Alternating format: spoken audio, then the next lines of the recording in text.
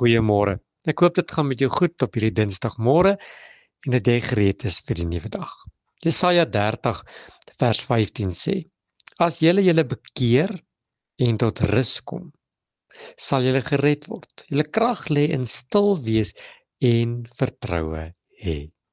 Nou, dis 'n baie mooi gedeelte. Ek hou nogal van die woordkeuse. Hy sê as julle tot rus kom. Dit praat daarvan dat ek en jy moet rustig raak. Dat ek en jy moet vrede kry en dat ons geduldig moet wag. Maar dit is moeilik. Ons leef in 'n wêreld wat baie raserig is. As jy maar net in die straat afry, hoor jy hoeters en geraas en karre wat ry en radio's wat speel. Wat nog van te sê daar waar jy werk of by die skool of selfs daar by die huis. Die lewe is gejaagd. Die lewe is raserig. En almal is besig om op een of ander manier sy stem te laat hoor en die geraas van die wêreld meer te maak. En wanneer ons stil word en mense agterkom ons is stil, dan vra hulle maklik, wat is fout? Wat maak keer vandag? Hoekom praat jy nie? Hoekom is jy stil? Maar hier kom Jesaja en hy profeteer en sê, as ek en jy ons bekeer. Met ander woorde, as ons rug draai teen die sonde en vorentoe kyk, dit wat vir Jesus belangrik is, en ons tot rus kom, rustig raak, daardie vrede in jou hart kry wat alle verstand te bowe gaan, ten spyte van die storm wat in jou lewe woed. Hy sê, sal julle gered word, sal ons die oorwinning kry, sal ons ook aan die ander kant uitkom. Dan sê hy so mooi, hy sê julle krag lê in stil wees. Sjoe, rustigheid.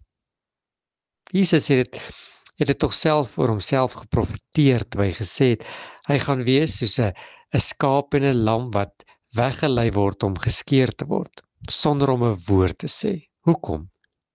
Want dit is wat ek en jy moet doen. Ons moet stil wees, stil raak, en die Here sal vir ons die stryd stry.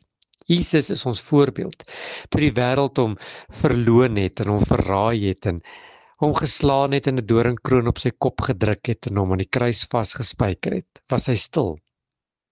Want hy het geweet, sy Vader sal vir hom sorg. En ek wil hê jy moet vanmôre net so 'n bietjie tot rus kom. So 'n bietjie ophou rondhardloop en rond skarrel en stil wees en vertrou. Want die Here wil vandag nog vir jou 'n wonder doen. Ja, dis nie maklik nie.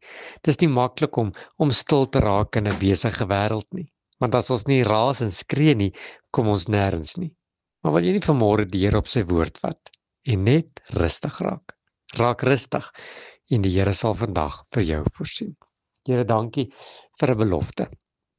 Dat ons nie hoef te skree en te beklei en rond te hardloop nie. Ons moet net rustig raak en die Here sal vir ons sorg. Amen.